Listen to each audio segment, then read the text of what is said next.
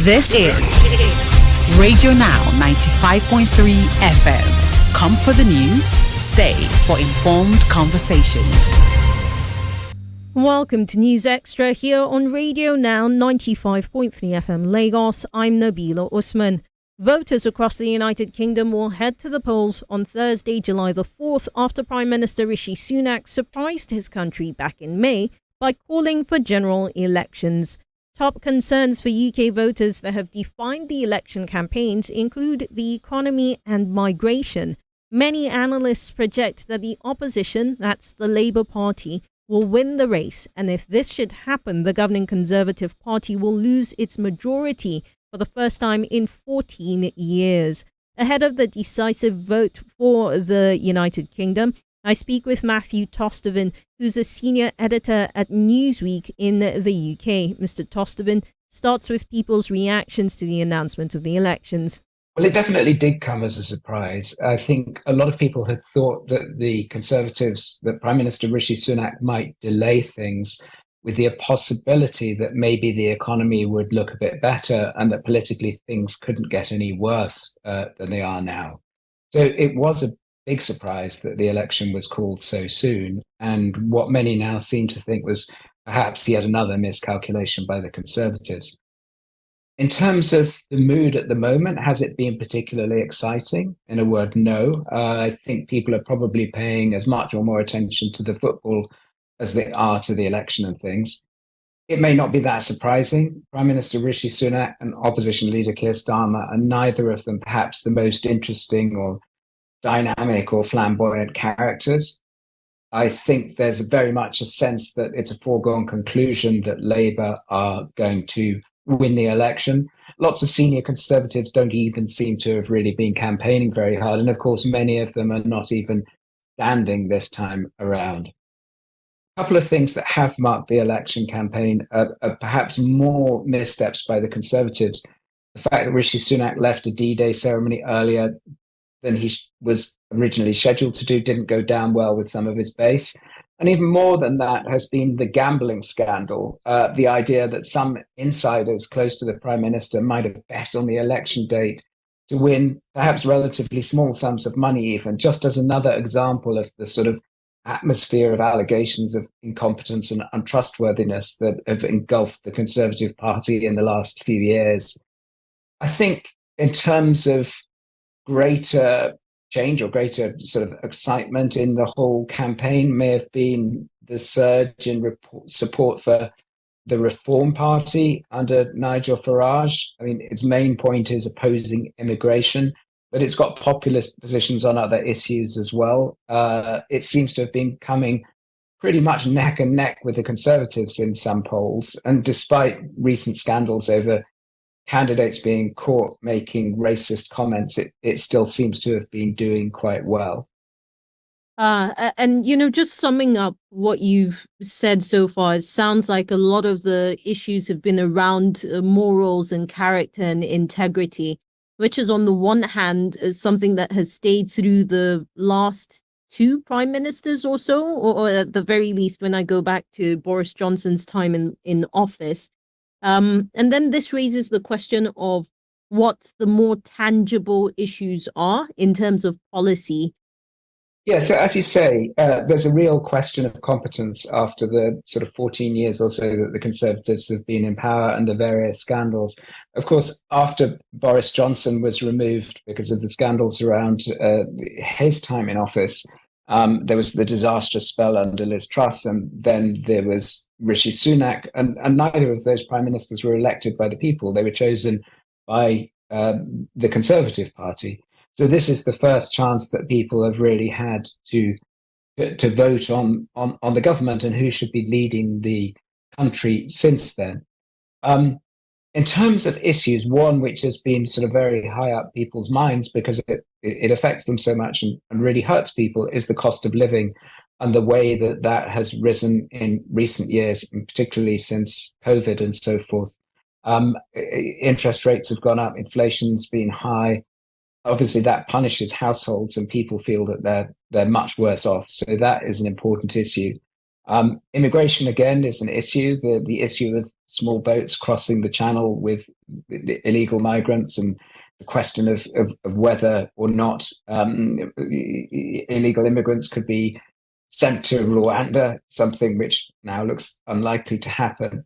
But I think what's just as interesting is what's not been an issue which has been discussed, and what is actually very important. The first of those is Brexit in relations with the European Union. Of course, it's been the preoccupying issue of recent years, and many analysts say that it's done enormous damage to the economy, but it remains very divisive. And now it's a fact. Nobody wants to challenge it. So the Labour Party is not going back on it. Conservative Party certainly wouldn't be going back on it. Reform certainly wouldn't go back on it. So it hasn't been much of an issue to be discussed. The other problems which are, of course, in focus are things like economy, tax, health, the National Health Service. It's not to say they aren't issues. They definitely are. It's more that the main parties aren't necessarily being fully honest about them and what's actually going to happen. Both Labour and the Conservatives say that they're going to spend more in particular areas and that they're not going to raise taxes, or in some cases might even have cut them. And of course, that's probably impossible. The real challenge facing Britain is that the demands for public services are ever increasing, the quality of them is decreasing, and the only way to fund them is to tax people more, which nobody wants. Now, it's not surprising that no party is going to come out and say this because they want to get elected, but it is something which is going to come back to haunt whoever actually gets to rule. So this then brings us to how the elections will likely turn out. A number of analysts say that the Labour Party, which is currently in opposition, is likely to win the election. You've said as much. Do you see a situation where traditional seats, traditional strongholds for the current party, the Conservative Party, the Tory Party, are there likely to be upsets? Yeah, there are very likely to be upsets. I don't think anyone doubts that the Labour Party is going to win. All that's in question is the size of the majority, and whether the Conservatives will actually be so few in numbers to be kind of rendered ineffective. Many well-known people could lose their seats. One poll even suggested that Rishi Sunak himself could lose his seat. There could be. There's the question of how much of a wipeout it is really for the Conservatives. There's also that question as to how many seats, even if it's a small number, might go to Reform rather than to the Conservatives. So that whole question of voting between Reform and the Conservatives is going to be very important and things as well. And under a Labour government, under a government where Keir Starmer is Prime Minister, what would the UK look like? How different would policies be?